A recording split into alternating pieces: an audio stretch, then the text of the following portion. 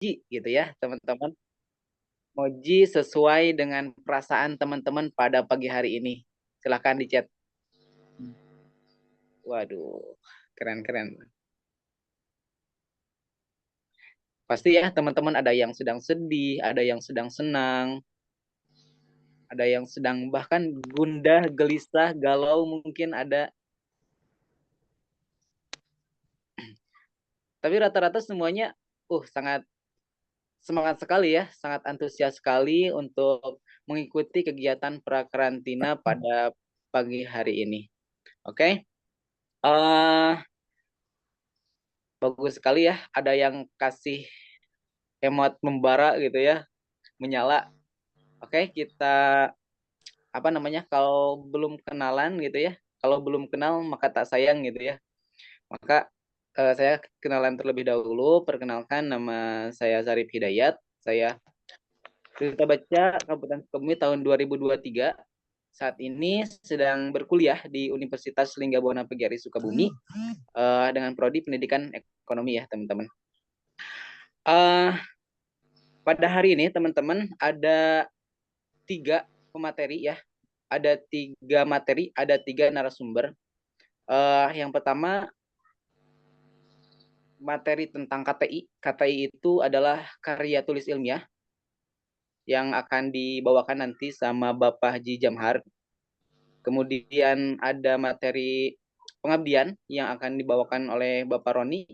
Kemudian juga ada materi digitalisasi dan transformasi perpustakaan yang akan dibawakan oleh Bapak Deddy Mulyadi gitu, teman-teman.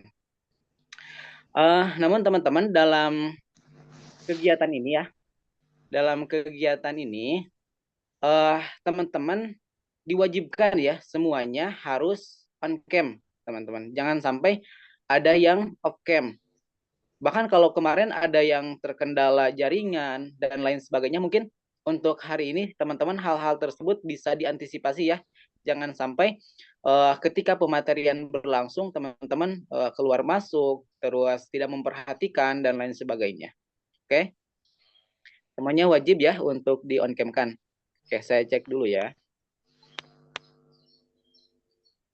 Yang sudah on cam. Oke, masih ada nih beberapa yang belum on cam.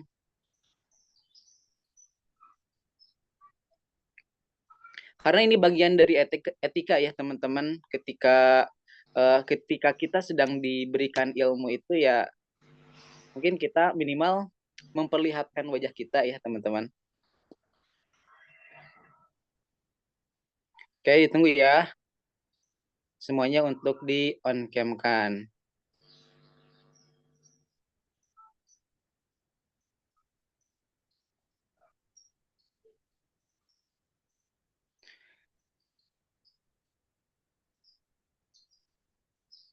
Oke, sudah semuanya di on cam kan? Uh, Kemudian saya juga mau mengucapkan terima kasih ya buat sponsorship gitu ya yang telah mendukung kegiatan pemilihan Duta Baca Kabupaten Sukabumi tahun 2024 ini disponsori oleh Universitas Nusa Putra, kemudian juga Gramedia, kemudian juga Primaya Hospital, kemudian STG dan penerbit Erlangga, kemudian juga PT Indolakto dan juga Pegadaian Syariah. Untuk keberlangsungan acara kita pada pagi hari ini dan mudah-mudahan dilancarkan oleh Allah Subhanahu wa taala. Maka dari itu mari kita bersama-sama buka untuk kegiatan kita pada hari ini dengan membacakan basmalah bersama-sama. Bismillahirrahmanirrahim. Oke, alhamdulillah pembacaan basmalah telah kita lapalkan bersama-sama. Mudah-mudahan menjadi wasilah ya teman-teman untuk kelancaran dan juga keberkahan kegiatan-kegiatan yang akan kita laksanakan pada hari ini. Untuk yang akan memandu pematerian pada hari ini akan dimoderatori oleh Kang Rifki ya teman-teman. Kang Rifki Alwi, beliau adalah Duta Baca Kabupaten Sukabumi tahun 2023. Mungkin saya langsung saja ya serahkan kepada moderator untuk memandu pematerian kita pada hari ini. Kepada Kang Rifki, saya persilahkan.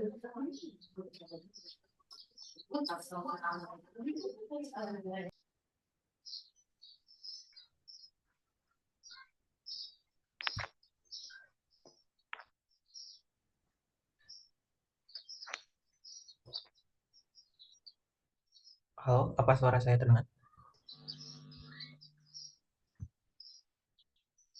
Halo, Kang Arif. Terdengar, Kang? Jelas gak suaranya, Kang? Jelas, Kang. Semuanya.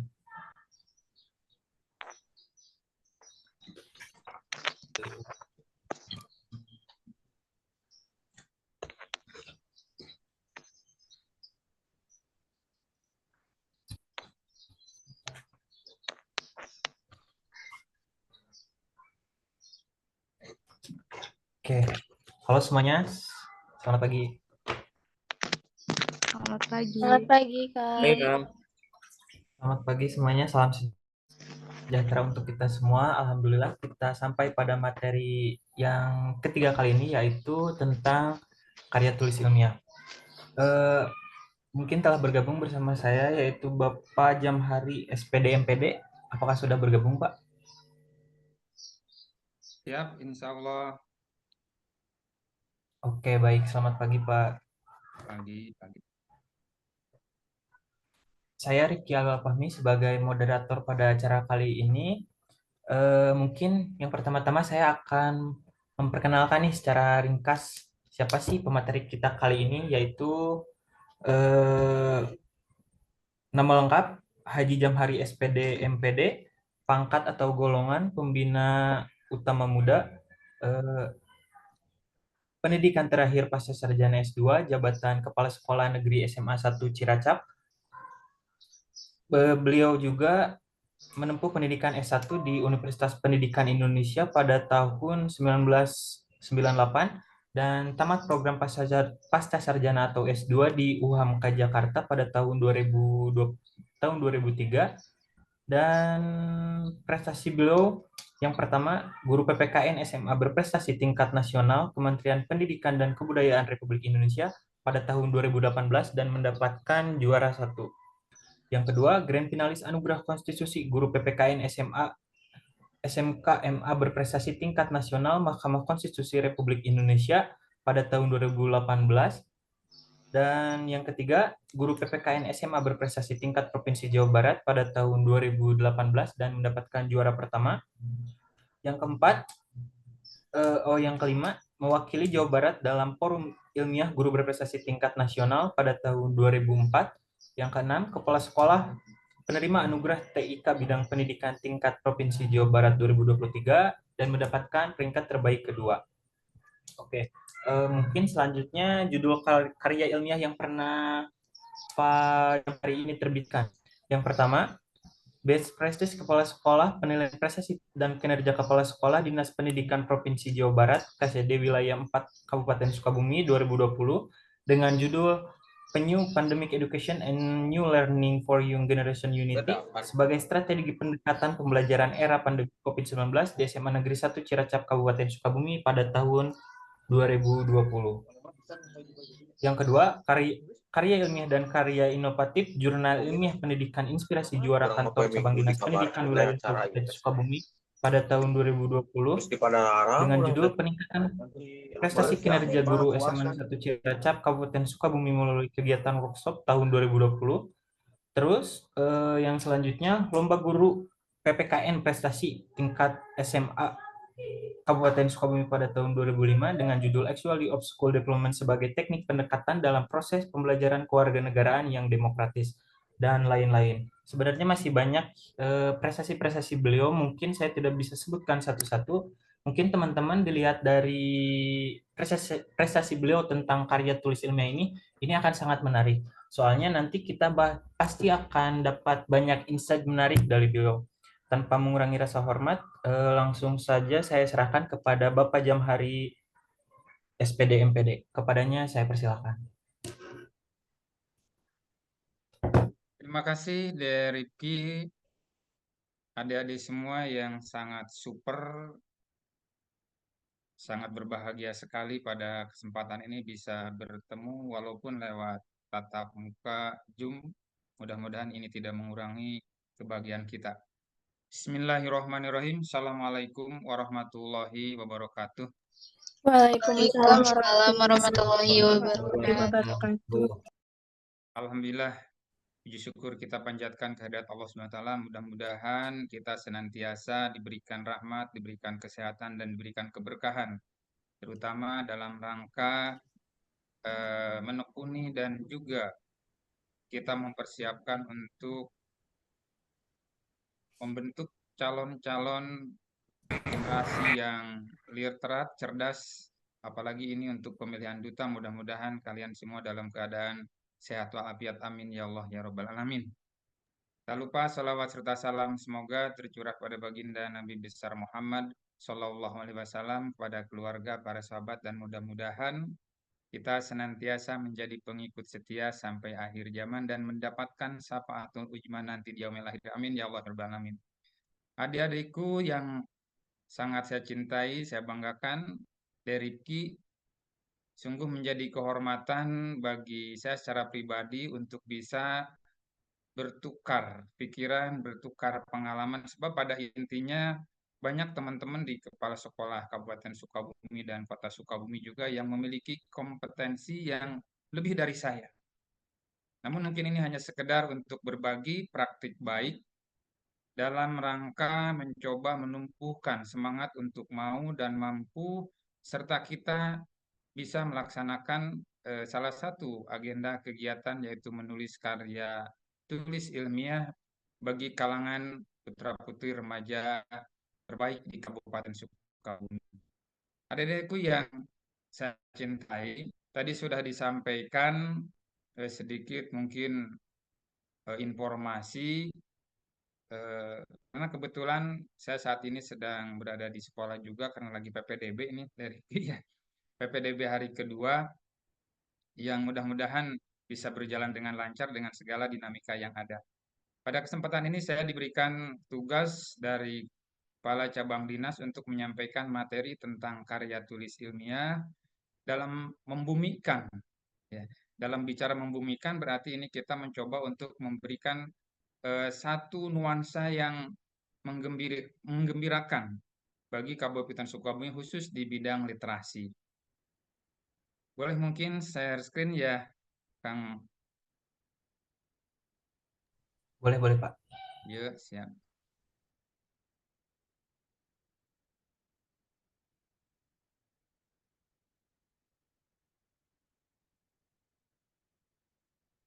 Sudah ada?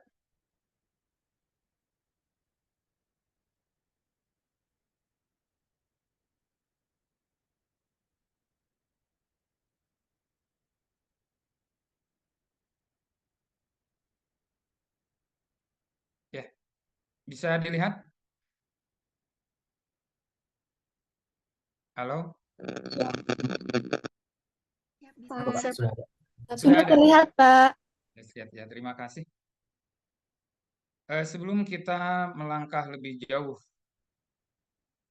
berkaitan dengan penulisan karya tulis ilmiah, sedikit mungkin sebagai inspirasi kita mengenal dan mengenang sosok yang tidak asing lagi bagi dunia pendidikan, yaitu Ki Hajar Dewantara, di mana ide-ide, konsep dan gagasan beliau itu menjadi inspirator dalam dunia pendidikan, sehingga beliau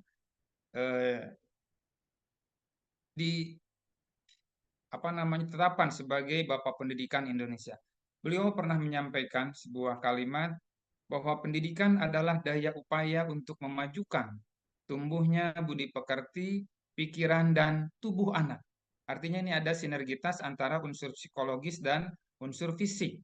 Ya, di mana bagian-bagian itu tidak boleh dipisahkan agar kita dapat memajukan kesempurnaan hidup anak-anak kita.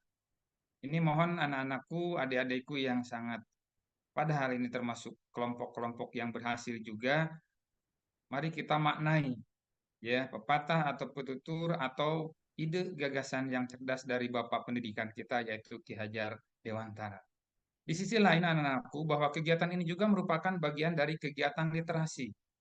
Mungkin adik-adikku sudah banyak mengetahui, bahkan ini juga tidak asing bagi sekolah-sekolah di seluruh Indonesia. Karena gerakan literasi sekolah di Indonesia itu sudah booming sejak kurang lebih 10 tahun yang lalu. Ya, secara sederhana literasi ini diartikan sebagai kemampuan mengakses, memahami dan menggunakan informasi secara cerdas. Karya tulis ilmiah merupakan bagian dari akses untuk memahami informasi. Ya, makanya di sini anak-anak atau adik-adik yang sangat berbahagia, yang sangat cerdas ini merupakan bagian dari kegiatan dan pengembangan literasi baik secara individu maupun kelompok. Mungkin di satuan pendidikan masing-masing di sekolah-sekolah sudah mengenal istilah literasi. Nah, apa yang diharapkan ke depan? Nah, pada hakikatnya kita harus mampu membuktikan diri sebagai sikap dan perilaku-perilaku yang literat. Perilaku literat itu adalah satu perilaku yang gemar membaca. Artinya, anak-anak atau adik-adik semua ini, kapanpun kita dan dimanapun kita berada, sempatkan untuk melakukan kegiatan membaca. Pernah dulu saya ketika misalkan saya berangkat dari kampung, ya dari Surabaya sampai ke Bandung itu, sebelum naik bis itu suka menyempatkan minimal mampir dulu ke toko buku, minimal satu judul buku atau daftar isinya saya baca. Ketika kuliah pun sama. Ya, ketika kuliah saya sebelum masuk kuliah atau pulang kuliah, ketika kuliah masuk jam 7 ya berarti nggak sempat dari kampus. Menyempatkan datang ke perpustakaan minimal membaca satu buku. Satu buku tidak mungkin dibaca total, tapi itu dibaca misalkan judul atau ringkasan atau pendahuluan atau daftar isi saja. Kemudian yang kedua menjadi teladan membaca. Jadi kita tidak boleh terpengaruh oleh suasana, apa namanya itu, seolah kamu sebagai seorang kutu buku misalkan, biar ya daripada kita menjadi kutu loncat atau mungkin yang lain kita lebih baik jadi kutu buku, jangan terpengaruh oleh lingkungan. Kemudian juga kita menciptakan lingkungan yang literat, ya kalau bisa kita punya komunitas atau mungkin bukan ini dalam posisi eksklusif tapi kita juga biar untuk bisa memberikan satu contoh untuk yang lain. Kemudian jadikan membaca itu menjadi kegiatan yang menyenangkan, ya. Kemudian juga yang berikutnya kita pahami bahwa setiap orang memiliki cara, ya, cara dan gaya yang unik dalam membaca atau dalam belajar. Jadi tolong tidak ada istilah harus begini, harus begitu. Apalagi dalam konsep mereka belajar, dalam pembelajaran diferensial, itu setiap orang memiliki kecerdasan, kemampuan, dan cara yang beragam. Kemudian adik-adikku yang berbahagia, ya, materi karya tulis ilmiah ini sebenarnya materi yang mudah-mudah gampang. Dan ini harus dikenal sejak awal.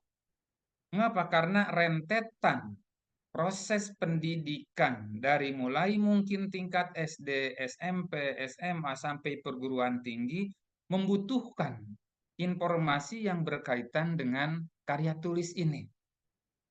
Makanya mungkin dalam bahasa Indonesia suka ada istilah keterampilan dalam bahasa Indonesia, keterampilan membaca, menulis, berbicara, mendengarkan, dan yang lainnya. Itu adalah pelatihan sejak awal, sejak dini. Secara sederhana, karya tulis ilmiah ini diartikan sebagai hasil pemikiran ilmiah seseorang yang ingin mengembangkan ilmu pengetahuan. Jadi ketika adik-adik mencoba untuk menulis, pada hakikatnya adalah proses intelektual kita itu sudah mulai berkembang, ya, tersentuh dan disentuh, ya, atau mungkin juga mengembangkan teknologi bagi mereka yang memiliki kesiapan, ketertarikan terhadap dunia teknik. Mungkin kalian atau adik-adik pernah dengar teknokrat terkenal dari Indonesia dan pernah menjadi orang nomor satu di Indonesia, Pak Profesor B.J. Habibie. Dia itu banyak tulisan-tulisan artikel berkaitan dengan teknik. Ya. Kemudian juga di bidang seni yang diperoleh melalui kepustakaan. Dalam proses karya tulis ini ya ada juga istilah studi kepustakaan. Berarti kita mencoba dengan banyak membaca bahwa literasi itu dijadikan sebagai sumber dalam mengembangkan ilmu pengetahuan, teknologi, dan seni. Atau lewat pengalaman. Ya. Dan juga biasanya kalau di tingkat S1, S2, dan S3 itu lewat penelitian. Ya. Dan atau juga kita mencoba untuk mengetahui apa yang orang sebelumnya pernah diketahui atau pernah ditulis. Ya. Jadi ini konsep-konsep ini juga dijadikan sebagai salah satu upaya untuk mengembangkan pikiran atau olah pikir. Ya, tapi jangan lupa di samping olah pikir juga harus seimbang, ada olah zikir ya adik-adikku yang cerdas ya, harus seimbang ya, karena nanti tidak boleh timpang. Kemudian apa ciri-ciri karya tulis ilmiah? Yang pertama harus objektif. Jadi kita tidak boleh ngarang, tidak boleh dikira-kira, atau mungkin di satu sisi kita, ini masalah senang atau tidak senang. Ya, harus objektif berarti sesuai dengan kenyataan atau realistis. Kemudian yang kedua, bahwa karya tulis ilmiah itu harus netral. Artinya kita memposisikan diri dalam posisi yang tidak berpihak pada siapapun. Ya, agar terjaga netralitas dan agar terjaga juga orisinalitas dari karya tulis kita. Jadi kita jangan menempatkan dalam posisi tertentu, misalkan contohlah, bagaimana proses pelaksanaan pemilu di Jawa Barat. Posisikan kita sebagai orang yang seakan-akan bukan warga Jawa Barat dan bukan peserta pemilu atau bukan yang memiliki hak pilih yang biar netral. Maka suka ada pihak asing. Tapi kalau di dalamnya bahwa kita merupakan bagian partai tertentu, bagian dari ini, itu subjektivitasnya akan muncul. Karena bicara subjektivitas adalah bicara setuju atau tidak setuju, suka atau tidak suka, senang atau tidak senang. Ya, jadi harus netral. Yang ketiga, susunannya itu harus sistematis, nyusun. Ya, kalau dalam kita belajar agama itu adalah runtut ya. Misalkan kalau mau sholat, tidak boleh kita yang pertama takbiratul ihram, setelah itu salam baru sujud misalkan. Jadi harus runtut, sistematis. Mana yang harus didahulukan, mana yang harus dikebelakangkan. Kemudian yang keempat, harus logis. Logis berarti masuk akal. Atau kita dengan menggunakan akal pikiran yang sehat. Makanya ketika kita misalkan adu diskusi atau debat, tolong gunakan akal sehat. Jadi logika yang digunakan bukan persepsi, emosi ataupun mungkin perasaan. Karena kalau dalam kita diskusi atau yang lain bawa perasaan itu akan kacau. Ya, akan kacau. Kemudian yang kelima, bahwa ciri karya tulis ilmiah itu adalah faktual, realita. Ya. Jadi jangan sampai misalkan ini cenah kalau bahasa kita, bahasa orang Sunda ya, atau diperkirakan, kira-kira, tidak boleh seperti itu. Jadi karya tulis ilmiah itu harus faktual. Kemudian untuk apa karya tulis ilmiah itu ditulis? Yang pertama, minimal kita untuk menyampaikan gagasan penulis. Dari karya tulis akan terlihat siapa kita. Ya, karena karya tulis ini adalah cerminan dari kemampuan kita. Seberapa besar kita menyampaikan gagasan-gagasan itu akan terlihat dari karya tulis itu.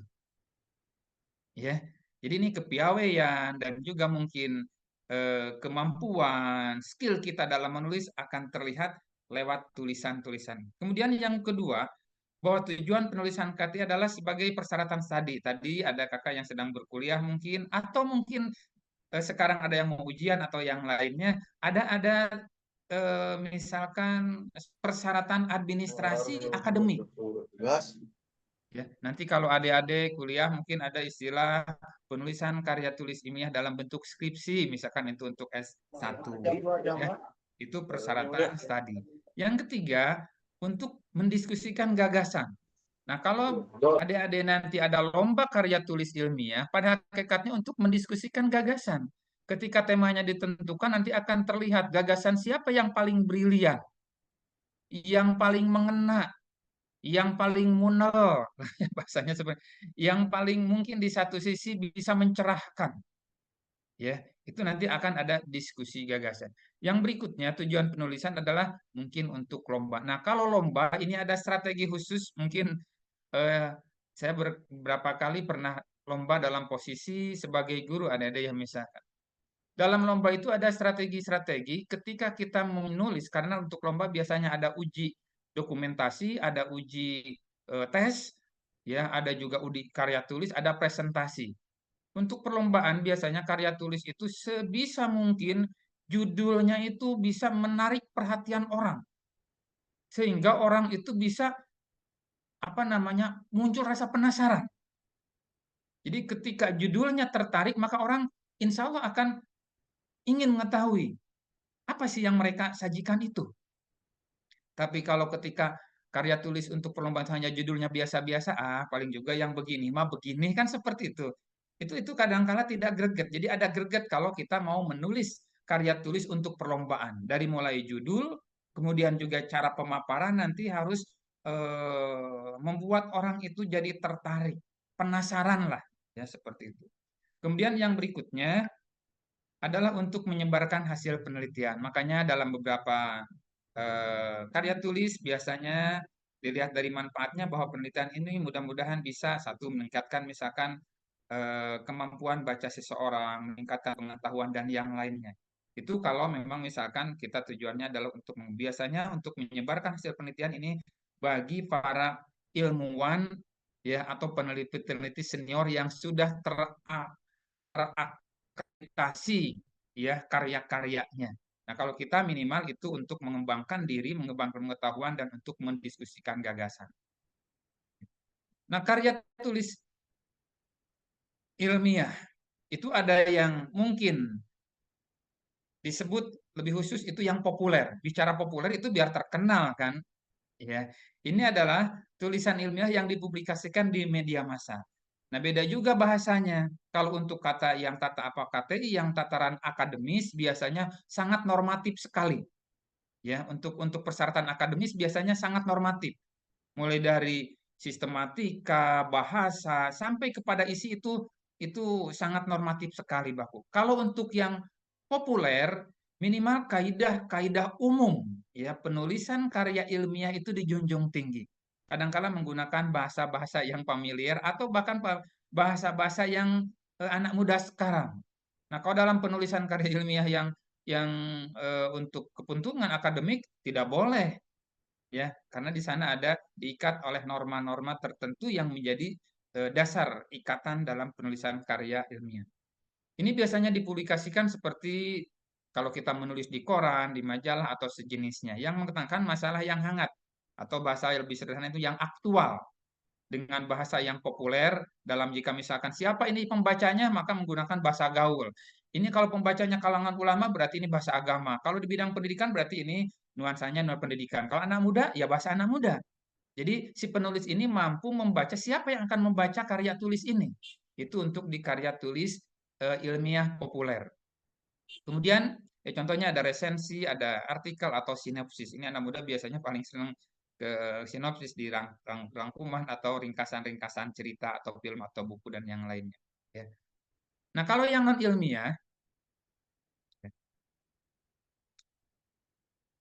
ini adalah karangan atau tulisan yang ditulis berdasarkan kepentingan atau maksud tertentu yang belum tentu dapat dibuktikan kebenarannya. Namanya juga non ilmiah, ngarang, cerita berdasarkan informasi tidak digali data itu, ya, dan bersifat imajinatif. Ini biasanya seperti dongeng, cerpen, cernyam dan yang lainnya ya. Ini termasuk karangan karya tulis non ilmiah. Nah, bagaimana langkah-langkah penulisan karya tulis ilmiah? Yang pertama kita mempersiapkan di tahap persiapan. Kira-kira ketika kita mau menulis posisi kita di mana? Ya, siapa kita dan apa yang akan kita kerjakan? Mengapa? Karena dalam persiapan ini kita harus minimal mengukur diri, mengevaluasi diri. Kalau kita kalau adik-adik ini senang belajar IPA, ya jangan paksakan untuk misalkan nanti menulis karya dengan tema IPS atau bahasa. Jadi kita coba introspeksi dulu. Nah kalau saya misalkan sebagai seorang guru atau kepala sekolah, pasti saya minimal, saya nanti akan menulis itu berkaitan dengan posisi saya sebagai kepala sekolah. Kemudian yang kedua, mungkin akan ada tahap pengumpulan data. Nah kira-kira untuk mendukung kegiatan penulisan ini, data-data apa yang dikumpulkan? Pengumpulkan data bisa mungkin tadi pustaka, bisa wawancara, bisa juga angket dan yang lainnya. Ya, ini kita sudah bisa merencanakan dalam pengumpulan data yang bisa mendukung terhadap penelitian kita atau karya tulis kita. Memang yang paling mudah itu yang pertama adalah studi pustaka atau mungkin wawancara, atau observasi juga bisa. Jadi observasi juga bisa dijadikan sebagai alat atau daya dukung untuk melakukan penelitian dalam menulis karya tulis ilmiah. Ya. Kemudian yang berikutnya, ini tahap pengorganisian termasuk dalam tahap penyusunan. Dalam penyusunan ini biasanya ini membutuhkan orang kedua, bukan orang ketiga ya. Orang kedua ini menjadi pendamping sebagai teman untuk berdiskusi ya, untuk berkolaborasi atau mungkin di satu sisi sebagai pembimbing